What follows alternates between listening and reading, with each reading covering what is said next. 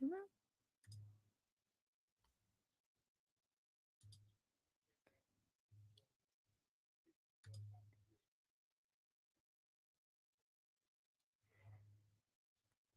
is interesting.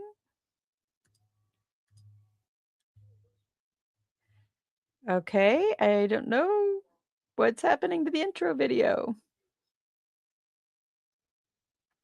Hi, all. We're going to try this. Welcome to the From Pain to Purpose radio show. I'm your host, Eva Fulton. In this show, we explore the incredible journeys of resilience, healing, and transformation. In each episode, we will sit down with individuals who have faced unimaginable struggles and turned their pain into power, heartbreak into hope, and their challenges into meaningful change and finding new purpose in life. Through candid conversations and inspiring stories, we will uncover how pain, whether emotional, physical, mental, or spiritual, can be the catalyst for profound growth and a deeper sense of purpose. So if you are looking for motivation, insight, and real stories of triumph over adversity, you're in the right place. Let's get started on this journey from pain to purpose. Let's give veterans a voice through Military Broadcast Talk. Hello, welcome everybody. So, weird thing, guess it was a gremlin. But happy Valentine's Day. Today is Saturday, February 14th, year of our Lord, 2026. And so the gremlin was, here in my little studio thing on MBR, we have these intro and outro videos, and they are not there. Normally I hit play and it goes to the intro video, and I don't know where it went. I didn't take it out. So anywho, yesterday was Friday the 13th, right? So we'll blame it on that. So crazy. And there's something else not going live, I guess, on the MBR, the main MBR one. I didn't delete it. I don't know what happened. Weird stuff going on. Don't know what to tell you, folks. So I didn't change it. Whatever. We're going to go with the flow. So let me get to, this has been an interesting week. We had the little quick shutdown. I had a nice 3-day work week, which was pretty cool. Got a lot of homework done yesterday. And I wish today was actually good hiking weather, but I didn't get out on the trails because there's still quite a bit of snow and everything out there. And I just don't like hiking where I can't see the trail. So maybe in the near future, the next couple of weekends, I can figure out if I can get out there on the trail, if the snuff of the snow can melt. But then I've got some actually pretty busy weekends coming up.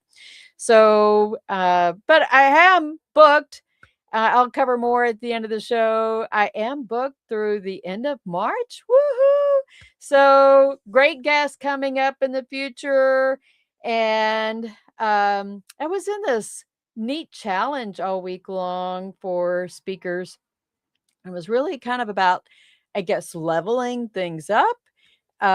So it was, part of it when you are, I want to say, a speaker or leader out there, you need to be fed too, right? Kind of where are the directions going with speaking opportunities? One of the recommendations was to have a podcast or a radio show. So I'm glad to know that, yes, I'm already doing that times 3. And, part of it is really then what is next. And I'm trying to not take on more than I can chew. I am still working on my PhD, but at least that is, progressing pretty well too. Otherwise, just, life is doing pretty well. And I'll be doing the show next weekend from Texas. So I'll be back home. It'll be nice to see the kids again. And trying to think of what else. Everything else is going okay. So let me go ahead and pop over into the outline of my guests. So I have with me this week a lady that I met in a different, I think it was a different Facebook group for Christian content. I think it's how we met, Christian content creators. And, it's nice when you meet other veterans or people who are in the military family. And Stephanie is a spouse or a former military spouse. So here's the neat little rundown of who Stephanie is. She was spiritually born on August 6, 2022 in a powerful moment of surrender. She asked God to take everything she had and all that she knew in exchange for only two things: Jesus and peace. Her born again date is pivotal to her testimony, but Stephanie was born of flesh as the oldest child to two young parents in 73, and she first met Jesus at an early age. And even though she always knew Jesus as her protector and loved going to church and singing Bible songs, addiction and abuse darkened her childhood experiences and followed her throughout a difficult 30-year marriage to a military officer. After 48 years of trying to earn love and acceptance as an overachiever, holding on tightly to everything she thought was within her control, and navigating difficult times in silence with a forced smile, the issues in her marriage and the impact they had on her own identity finally took a toll as Stephanie hit rock bottom 4.5 years ago. She felt erased, as inconsequential as eraser dust, and was only one squeeze away of the trigger from the only thing that she really wanted, which was peace.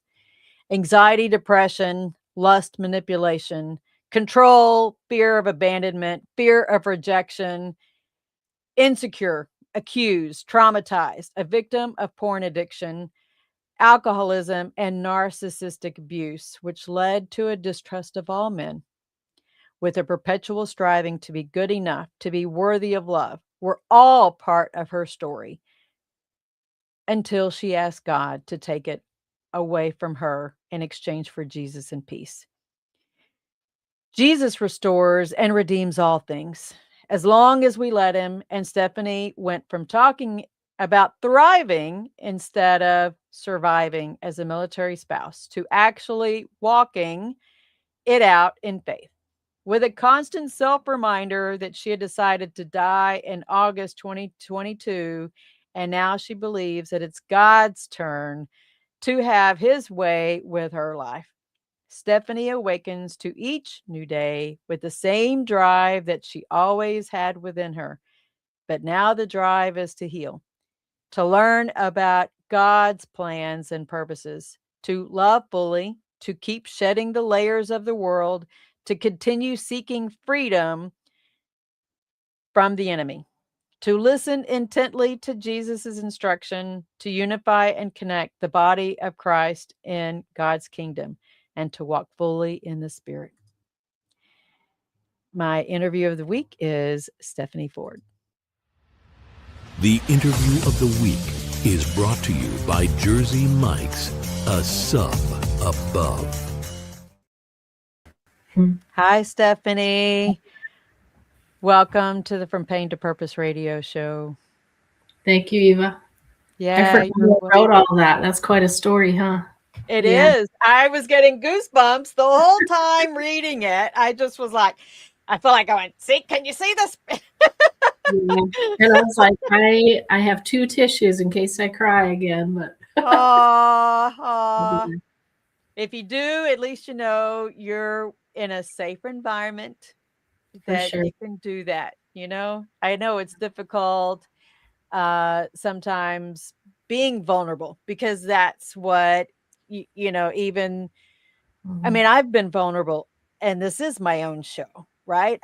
Because that's authentic. That's people know that, hey, gosh, if Eva's going through it, Stephanie's going through it, I'm not alone going through it, So to catch people up, I host the show really based upon 4 pillars of pain. And it's like we're sitting in a chair. I always think of, mentally, my head is the old wooden school chair, that oak you know, yellow, yellow oak one, but it's the wooden chair and it's just as solid as it can be. But Mhm. you've got the physical, the mental, the emotional, and the spiritual pain. And when Yep. you've got one of those legs starts teetering, which you know is those chairs are pretty much indestructible. But if one of them starts, you know, rocking, we gotta straighten it up, right? Mhm. Because we're just getting unstable. And what I read in your intro that you wrote and sent me is that things were unstable from an early age. Did I miss the target on that? Or Yep. Yep. okay. I You I want to didn't. explain? You want to dive into that? Yeah, I sure can a bit. I guess we're all inherit whatever we inherit from our parents, from their parents, and I don't know. That what's mixing in my head is the sermon I'm going to give tomorrow, but really it's we get to be recreated and born again fully, and it doesn't really matter what we inherited. Yeah. But yeah, when you inherit alcoholism, abuse, poverty, some of these things, until someone reaches a point of wanting to break that generational cycle, it just goes on and on and on until, I don't know, I assume the end of time. Who knows? And I guess that I'm a generational, curse breaker. And I didn't even realize it because I had been following the patterns that were set before me by my parents, by my grandparents and all of that. So I thought I was doing better when I chose, marriage at a young age, even though I was really just recreating what I had always seen modeled to me. You were escaping. I was trying to escape, yeah. Yeah. And by getting remarried, by getting married at the age of 19, and my parents could say nothing because they had done the same thing, and his parents had as well. So, I can certainly identify with that myself. You know, it's funny, mhm, I was having a conversation with my dad this morning. I think it was this morning that I said, you know, it's funny how a lot of the things that are happening that we see somewhat controversial, I don't care if it's even talking about, you know, pot, that, you know, marijuana, that a lot of the people who are in the political leadership positions, they are the hippies of the mhm, 60s that are in control. No wonder we're having the problems that we are because they're not the Christian. Yeah, I know this is kind of going outside of your, you know, your story, but these are folks who had a very different, you know, experience than what we had. And so I think we're, as a society, and it's not really getting away because it's the absence of God. The hippies mhm. were not were not God followers. They didn't, you know, they did everything that Right. Well, I think that it does bring up something in my mind, which is purity culture, and that is something that I grew up with. So, because I grew up going to church and learning about Jesus and all those things, I loved all of that. I really, really did. In fact, I remember pushing forward to get my family to go to church because my dad really didn't do church. That was not what he was going to do, and so to get my mom to take us, it was part of what I really wanted. But purity culture meant that I had to be perfect, and I had to earn love of Jesus. And so then when you also are faced with this um, desire to be loved, really that drove me into having sex at 17. And I speak boldly to teenagers. They get really uncomfortable when I'm like, listen, don't have sex before marriage because that'll mess you up. Because I know that that's what led me down the path of then getting married at the age of 19 to try to fix it, ignoring all of the red flags. Because I yeah. already felt like God was going to give up on me because I had already failed. And so I think purity culture also was damaging, and I see that as far as religion and spirituality, there's a big difference. There's a huge difference. And yeah. But I think part of the message that gets missed out of that is the lack of being able to understand how to give grace to ourselves, right? I mean, if we know that we can know in our heads that God forgives us, but it's, I think, more difficult because I've endured it myself, is forgiving myself for making those mistakes. Well, and when you've only ever experienced love because of what you do, not because of who you are, and you have to earn love. Like, I had a really misconstrued understanding of what love was, so much that at the end of the 30 years of marriage, I would regularly say, I don't even know what love is, because he would say, I love you, and then treat me awfully. And that's just not, there was a disconnect. And every time there was a disconnect in my life, it didn't sit right. But as a child, when you experience a disconnect, right, which comes the same way from a parent who says, I love you, but then is mean or whatever, that disconnect makes you question what is real and what is. Well, yeah, because actions speak louder than words. It doesn't, that's like saying no, yes, I can't even do it right. Where the head shakes, yes, no, it's no, yes, yes, where it's a mismatch. Your mind picks that up, but it doesn't make that connection. I don't know if it's it's not a cognitive thing. Maybe it's a cognitive dissonance. Yeah. Yeah. And so I was always very aware of that kind of thing. But then somebody would say, like, for instance, I had discernment as a child, and I would know that certain people didn't feel safe to me. And yet someone would say, it's okay, you can take that, quarter from him. He's a nice man that goes to our church. And my whole body is saying, I don't trust him. You can sit on his lap and and it's or the uncle that tickles you, and that's, I'm not enjoying this. Don't torture me that way. We were kids and knew that. We knew the difference. Yeah, so I'm very tuned in now after having broken free from all of those things, and I'm reforming what reality actually is that when someone says something, we need to give that space. We need to give that weight, because everyone can make their own choice for what they truly want to do or not. And when you grow up in a place where there's communication is not direct, it's passive aggressive or manipulative, or condescending, you don't even know how to speak truth in a loving way. So I'm learning a lot. I have found that that's when I probably I clam up more. I withdraw into the shell, and I don't go out. I don't speak. I just and I just ask for, like, God, can you give me some earmuffs so I don't even hear? I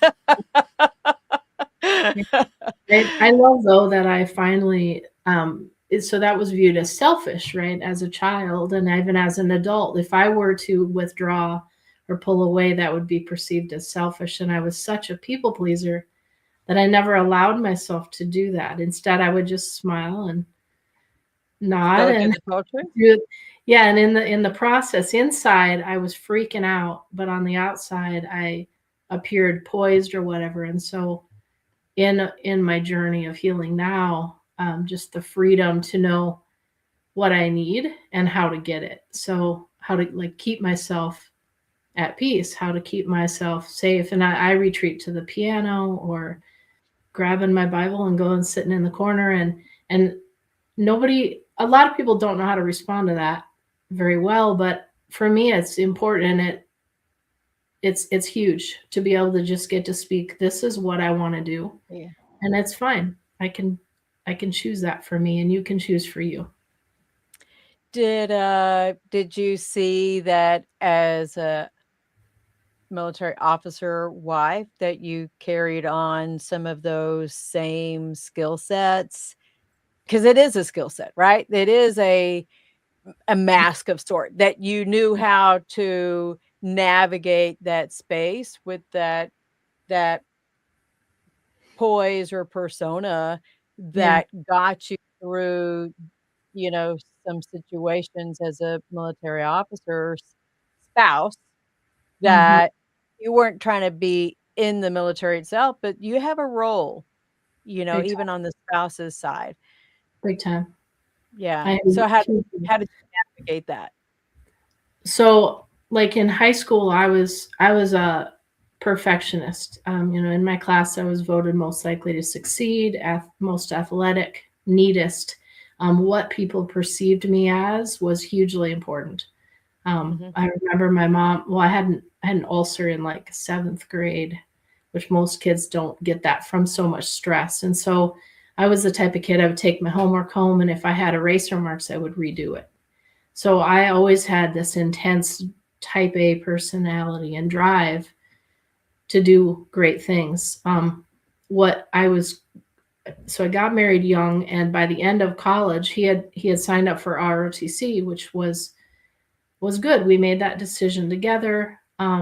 He was excited because it meant, okay, here's what I'm going to do. This is my purpose. We'll have a job, and he was Mhm. in the Air Force. So but then the thing that threw me for a loop, which I wasn't prepared for, is I was very, very career minded, and graduated college pregnant with our first son. And when he was born in Altus, Oklahoma, and they, you hand you your baby, I just went, I'm staying home. And he went, what? Because I just did a complete, 180, and Ah, I realized, like, this is my baby. I wanna be the one to raise him. I don't wanna yeah. drop him off at daycare center, and up until that very moment, I didn't know that myself. And so it really did stress and strain us, right? Because then all of a sudden, then we're at one income, Yeah. and my mission then was my children more than Mm. anything else. And of course, then just supporting him and like, okay, let me help you with your uniform, pack your lunch, whatever I can do to get you out of the door on time. But my purpose was so much so mother. And then every base we went to, it was also supporting him because he was not real secure. He was the youngest child. So I was the driven, like, Ah, oldest child, whereas he was the right. youngest one, maybe struggling to find his way and his identity, right? And so I was always lifting him up and encouraging him and really trying to build his self-esteem. And until he maybe got promoted to captain and was deployed, I didn't really see that leadership in him. I saw just kind of a boy struggling to feel like he was good enough to understand, why people were saluting him, I guess. But then I started seeing him transforming as an officer who was leading troops. Um, but at the same time, I was raising the kids, and I managed the house really well. I managed our finances. The entire household was ready to move in a moment. Resiliency was Mhm. like bred into me from an early Yeah. age. So that wasn't something I ever had to be taught. It was just like what you do when, your spouse comes home and says, "So we have orders to go to wherever." And you take one deep breath and you go, "Okay." Or I'm deploying next week to wherever, and again, you just take that deep breath and you go, "Okay." There's no whining and complaining when you're a poor farm Right. kid. So that was what I was made for. So what I loved was trying to build everybody up around me, the spouses, and just trying to exist in that. But we had so many issues in our marriage from before we were even married, um, that just kept really haunting me. But they were things that I had grown up with. the alcoholism, the porn addiction, the narcissism was all like, I had grown up around that. And so then when he expressed these things, I just kept trying to change it. And I was super, super controlling because I was, which is not a good thing, by the way, super bossy. But I tried to control everything and manipulate the end at the same time as I was going to church and Bible studies and trying to earn God's love, which I didn't even understand was what love was. Yeah. So it was messy. But you were growing up at the same time that he was evolving too. So but I think part of one of the things that we had talked about before the show was this whole sense of identity. And how do you perceive what your identity was as the spouse? I mean, because typically that's, I'm a veteran, right? Even from the military, that I was dual military till we got divorced, and then I was just a single mom. But he had that spouse label as well, because he got out before I did. And that, how did you see your, I'm going to use that mask, reference. How did you identify who Stephanie was beyond being the spouse and a wife and a mother? Well, if you didn't have your own career, Yeah, right. Because it was weird because, I was a prior 9/11 spouse. And so not everybody now has that same experience. But, by 9/11, that was our second base. And so I was used to coming on in the gate and my car would get saluted. So I got saluted and called ma'am before it was anything I had ever grown up with. But at the same time, I never was one to ask for help. And so to have people treat you with respect and kind of like with kid gloves as an officer spouse, it was really strange to me. It was also strange to like understand the pecking order of the pilot spouses, and my husband was not a pilot. And so it's like your whole scope of who could possibly be your friend got really, really narrow all of a sudden. And in my world, yeah. I don't know. So, I mean, I'm Army, right? I'm an Army veteran. So you're Air Force, right? Yep. You were Air Force spouse. Yep. How was it different? Were the pilots prima donnas, and so their wives got the prima donna treatment as well? Yeah, or diva treatment? They would turn their nose up at me because they would get flight pay. They had more money. And so I was not a pilot's wife, and I wasn't an enlisted wife. And so then you're like, okay, you're a junior NCO wife, or you're a, it was just very strange because you were supposed to be friends with the officer spouses, not with the enlisted spouses. Right. And so the whole rank-based spouses thing, even though we didn't wear spouses, that was one thing that I saw throughout the entire time, that the spouses wear their ranks of their husbands. Absolutely. Yeah. Absolutely. I've seen it at the commissary. You can tell who parks where, and you see the lady with the name brag diva bag that she parked in the officer spot, and she didn't serve. I'm sorry, you can tell she didn't serve. But she's parking in that flag officer spot wearing his rank at the commissary. Yeah. And by the time you get to squadron command and group command, you are in this small, like colonels, lieutenant colonels, you're in those spouses, and everybody, it felt to me kind of like high school where I didn't fit. I just didn't feel like I fit because everybody wanted to talk about shopping and going out to eat and yeah, I just didn't. And I was like, would anybody want to talk about something real? Because what I'm passionate about is like psychology and faith and like neurotheology. Oh, I geek out on that kind of stuff.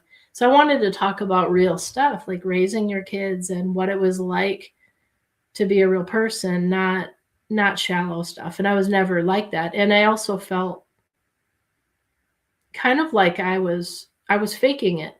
Like I had to fake it in order to fit in that world, because I'm like, they don't really know that I'm just a poor kid, right? I just as you're talking, I'm sorry, I'm smiling and I'm having this vision.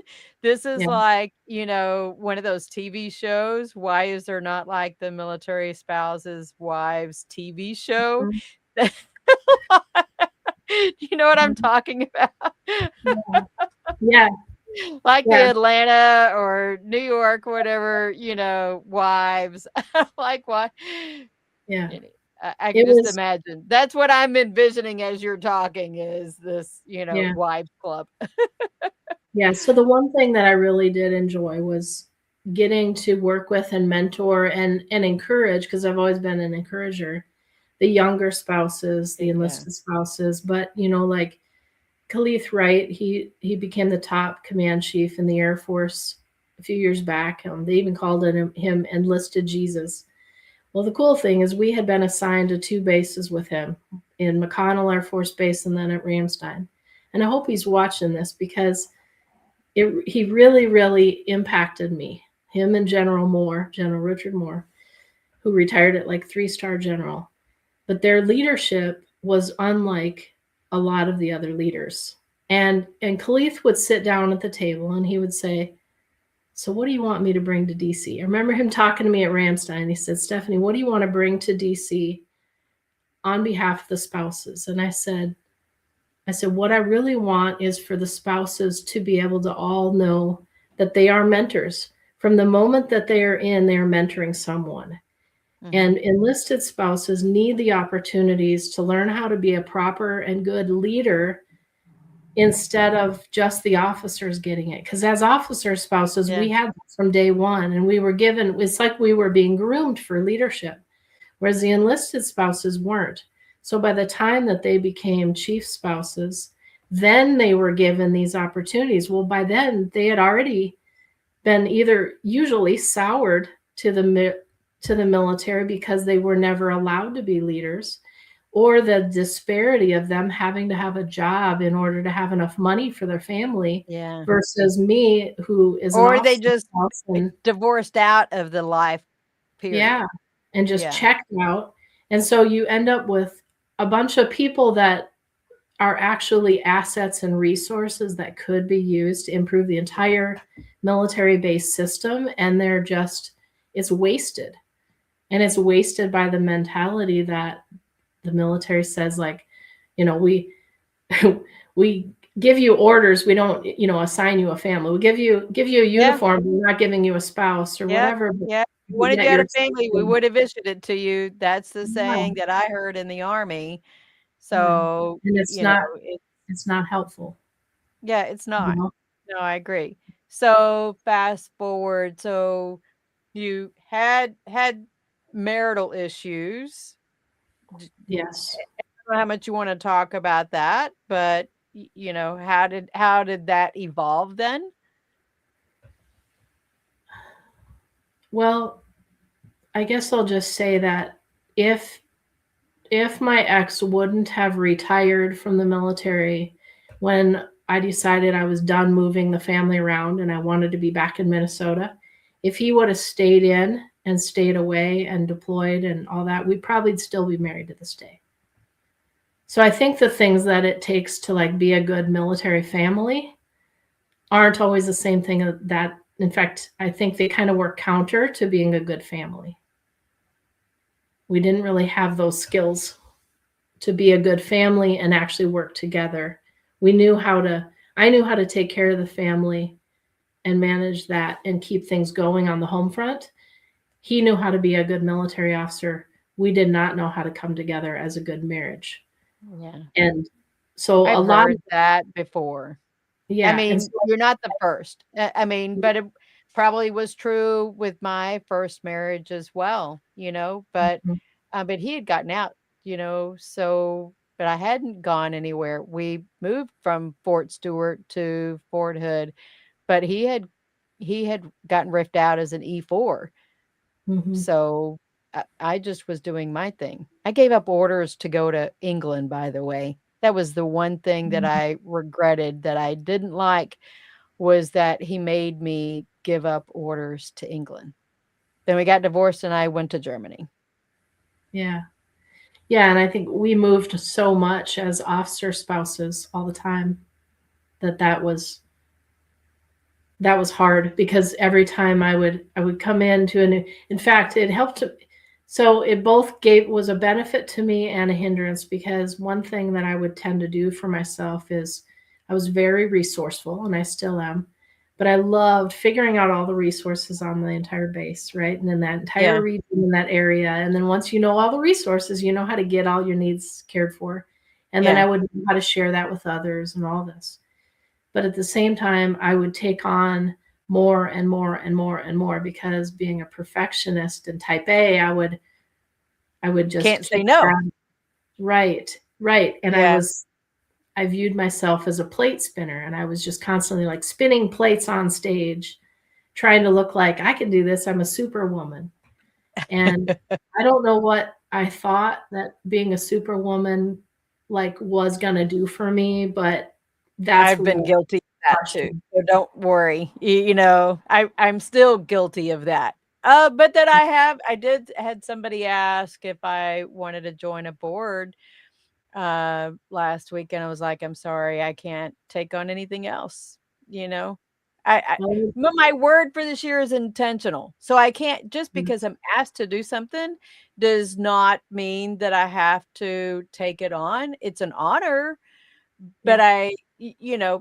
but if God presents a different opportunity and it aligns with what he wants me to do, then I might say yes to that, you know? Now I'm learning to take absolutely everything to prayer because he's Yeah. worked me through a season where he told me no. He told me no to many things.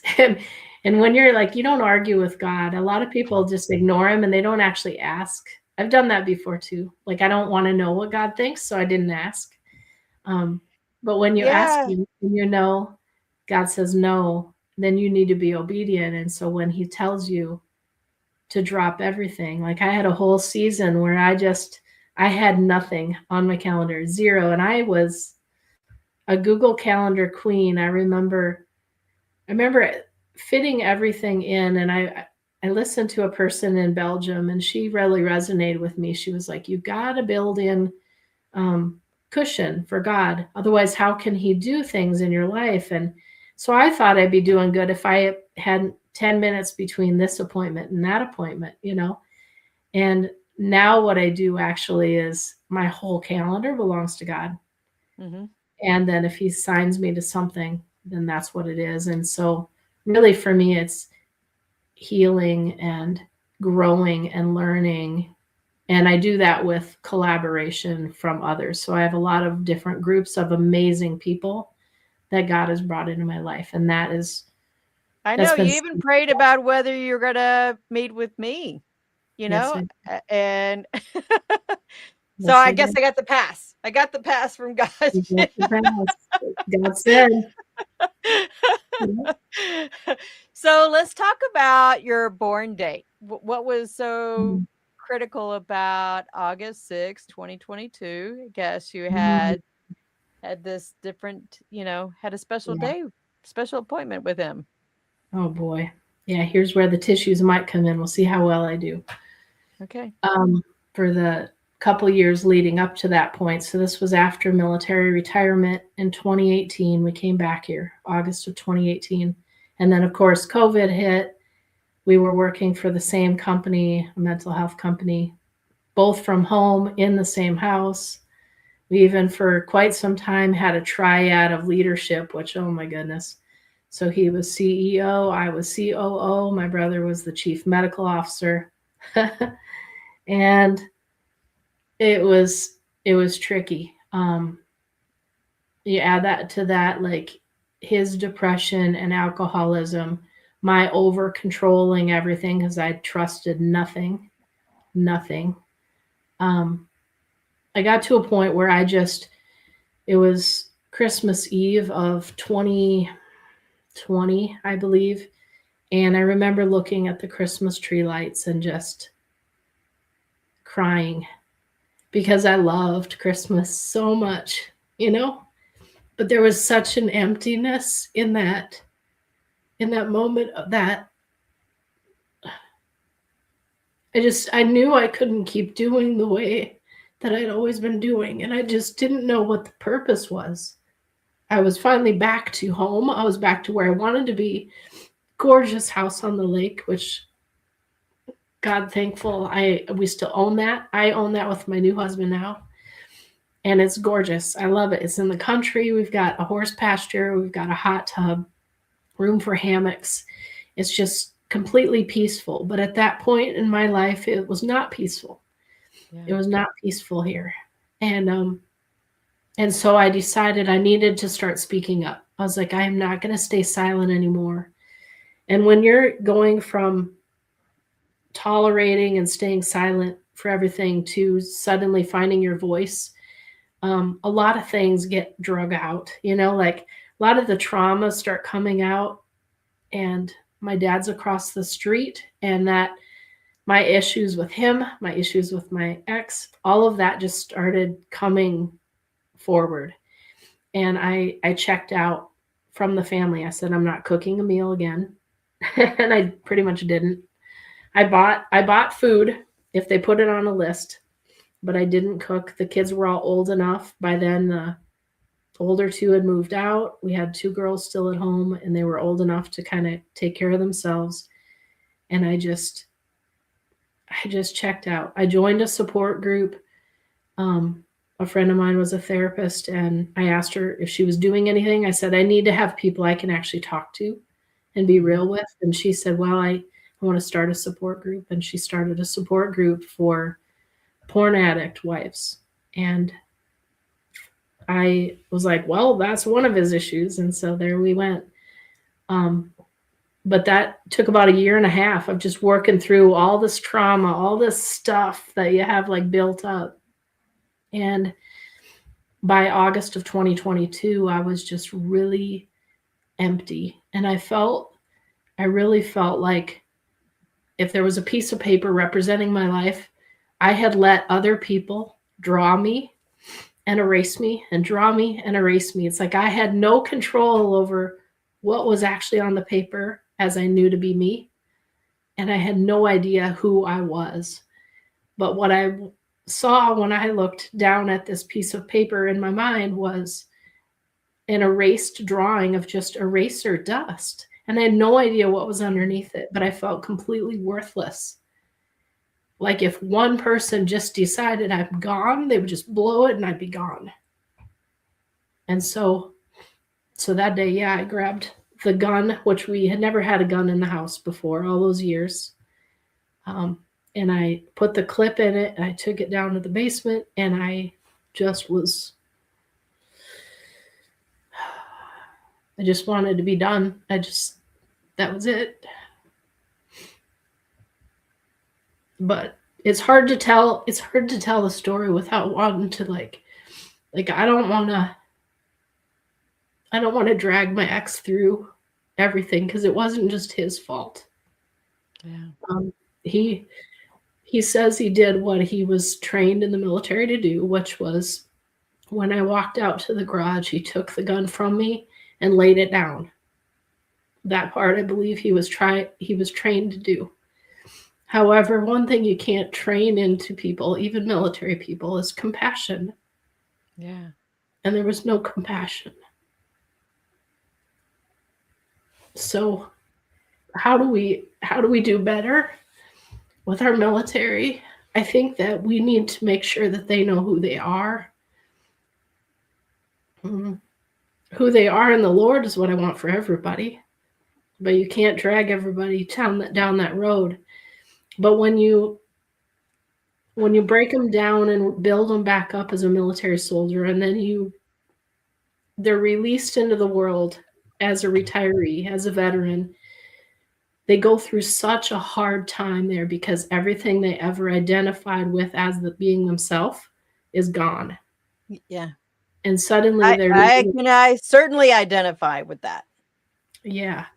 And then they're just left trying to rebuild who they think they are, and it just doesn't work very well. And so then you end up with alcoholism and suicide and domestic abuse and all of these things. And so I don't know. So the most sensitive way I can say that is just he didn't know what love was either, I think, because obviously that he didn't know how to show me love. But because he didn't show me love, it actually showed me that I was released. Because then when I went down into the basement again without the gun, I still wanted to die. I still didn't want to be here. And I was mad at God because I was still here. But clearly you're still here because you do have a purpose, right? You are here. I mean, this is a perfect pain to purpose story, right? That you've gone through, that there is a physical sense to it. Even if you didn't get physically injured, there is a physical sense to it because of all the tension you hold in, the anger, but that blends into the mental and emotional side, which goes into your spiritual side. But what I'm hearing, that it's literally the spiritual side that has helped even those chair legs back up, and God said, it's all right, Stephanie, I'm gonna hold you in this chair and you're gonna be safe. Just rest in me for a while. Let me hold you. Right. Even superhero Stephanie. Yeah. So superhero Stephanie had to die.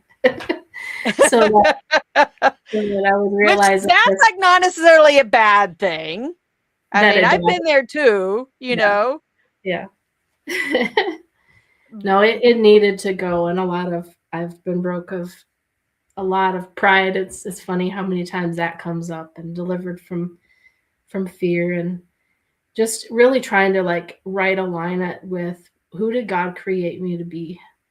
And with all that I've gone through, I know that a lot of that was because of the choices I made. I chose to put my spouse before God. I chose to revolve around him and his career.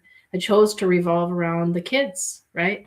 I chose to do all of these things instead of putting God first because I didn't know how. You didn't understand the alignment.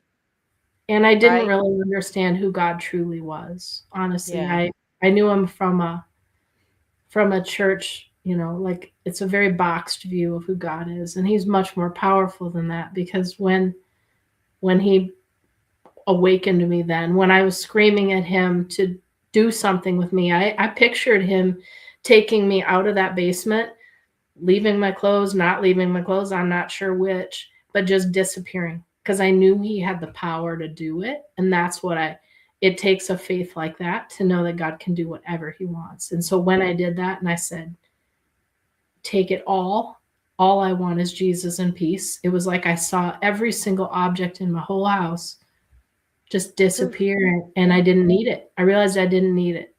And if I have nothing else and I have Jesus, which is peace, now that I realize I actually traded it all for one thing, it was worth it. So now every single thing, that's why I pray about every single thing rather than just going my own way, because I spent 48 years doing my best to go my way. Yeah.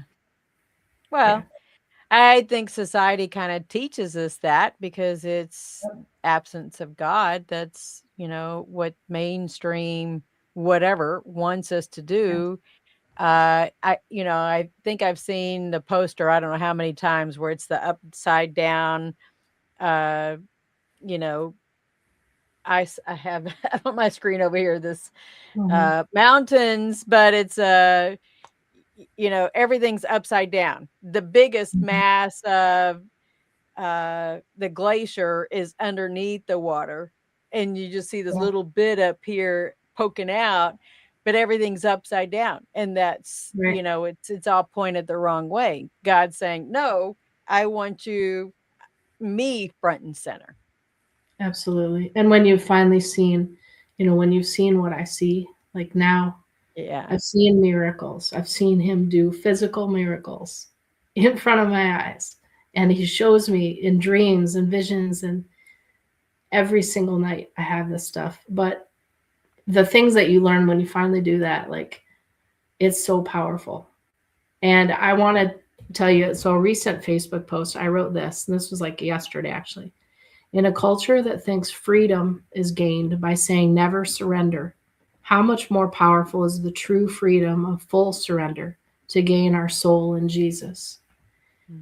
And so the concept, and the concept of like building resiliency into people and never surrendering. We think we're building iron, but truly, unless you teach people that actually have faith to have a faith in the God instead of the military first, they could take Jesus is portable, dude. You can take him out onto the yeah, and that's what people on the need. battlefield. Yeah, yes. there are no atheists in the foxhole. That's the saying from World War II, I think it was. And they didn't ever know who actually said it. They thought it was a newspaper writer that had said it, but there are no atheists in the foxhole. But he was always my last resort. God was always like, okay, no, I'm fine, God. I'm fine. I can do this on my own. I got this. Yeah. To this. But that's society teaching us little g. We are little g God, and not thinking about God first. Right. So we only got a few more minutes left.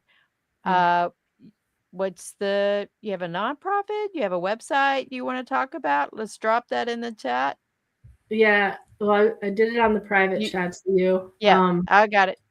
I guess I would just say, God has called me to be a voice on social media. So I'm on Facebook and Instagram as Stephanie K. Ford. Some of the things get on identityfromjesus.com as well. And I have some of the sermons I've preached. And if there's a link to this, I'll put it on there. I've had a couple of interviews now, but I want to be a voice that is love and grace to people and authentic, because there's no more hiding. I'm not going to hide anymore. Yeah. And I love that. And I think that's where the freedom has come for me, is just no more hiding, good or bad or ugly. I'm not going to hide. I told that to a lady. I told that to her. I met her at a conference about 15 years ago, and I private messaged her, and I let her know that Jesus told me I needed to tell you no more hiding. Right. She was larger at the time, and she was beautiful. I could see this beautiful spirit. God lets me see people's spirits and what's in their heart. And she would take pictures, but she'd make sure that people were in front of her, blocking her, so they would only see like her face. And I was like, God wants you to stop hiding. You are beautiful the way you are. And she's done some transformation in life, and I've seen her evolve, and she's just radiantly beautiful. She's doing well. And I can look back and I feel like I did my part. God's saying yes. I get the goosebumps. God's saying yes. Yeah. You messaged her and she heard it, right? She heard that. So, I love it's hard to be that voice. When I was praying with these two ladies at the Y a week and a half ago, because I've been looking for them when I've been back this week, and I haven't seen them. I was even at the Y this morning and I didn't see them. So hopefully I'll get to see my friend and her daughter again. But, God will put it on me to talk to them. And so I do, it's uncomfortable sometimes, because society kind of, does this thing about you should shrink. You should be quiet. Don't say that. stuff, you know? Uncomfortable is my new friend. And I just want to say, for healing, leaning into the uncomfortable, because every emotion, God is giving it to us for a reason. So I lean into every emotion now with complete curiosity and say, ooh, what's that? Is that something that needs to be healed? Is that something I need to let go of? What is that uncomfortable? So Yeah. I love that. Yeah. But I want to, so I'm going to say this, your website is Identity from Jesus. And I thought that that was interesting that you had said, you know, you told me what it was, that identity is kind of your word right now.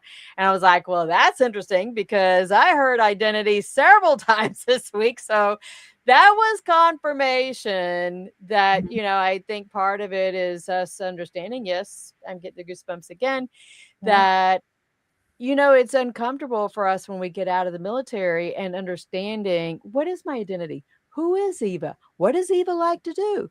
Right. Because I can identify with what you're talking about with your ex-husband because we spend so much time serving the military, and I when I got out, I took that hat off.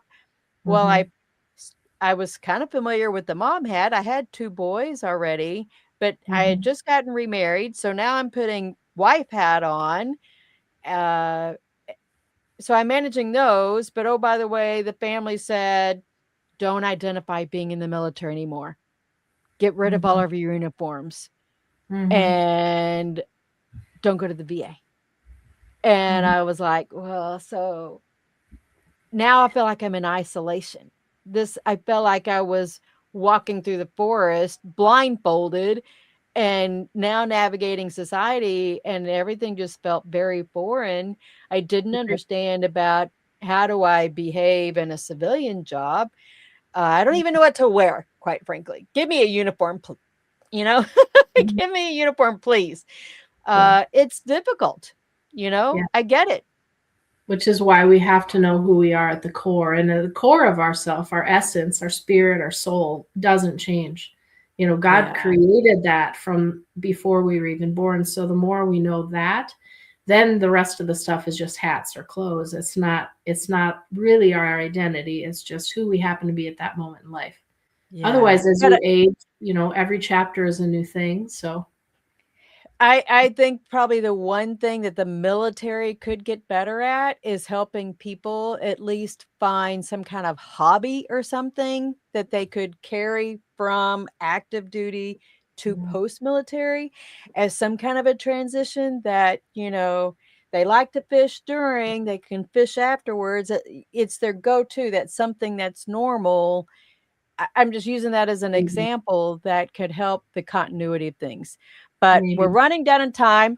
I've got to make a quick switch to upcoming guests. I'm booked up through the end of March. My no show is for my birthday on the 20th. I'll be in North Carolina, Happy though, with early a birthday. yeah, thanks. So, Elaine Davidson from North Texas. She's got quite the interesting story. So she's going to talk about some, uh, you know, abuse stuff as well, family situation, evolution of things. How does that affect business?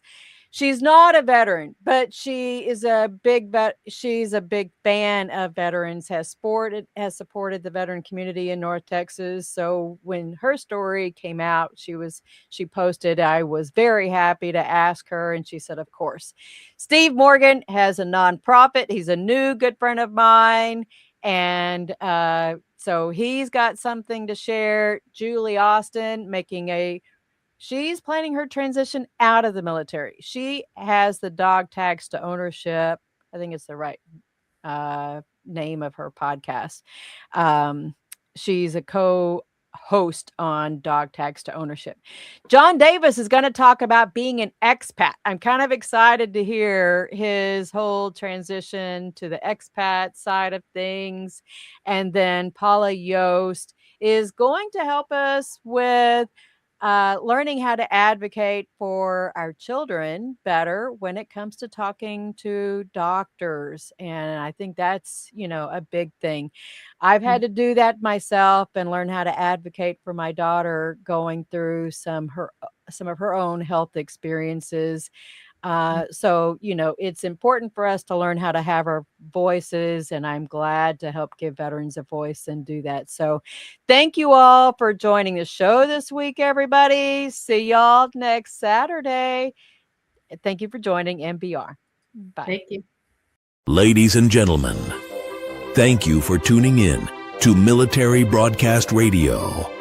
As we wrap up today's show, we want to remind you that the podcast of today's episode will be available right after we go off the air.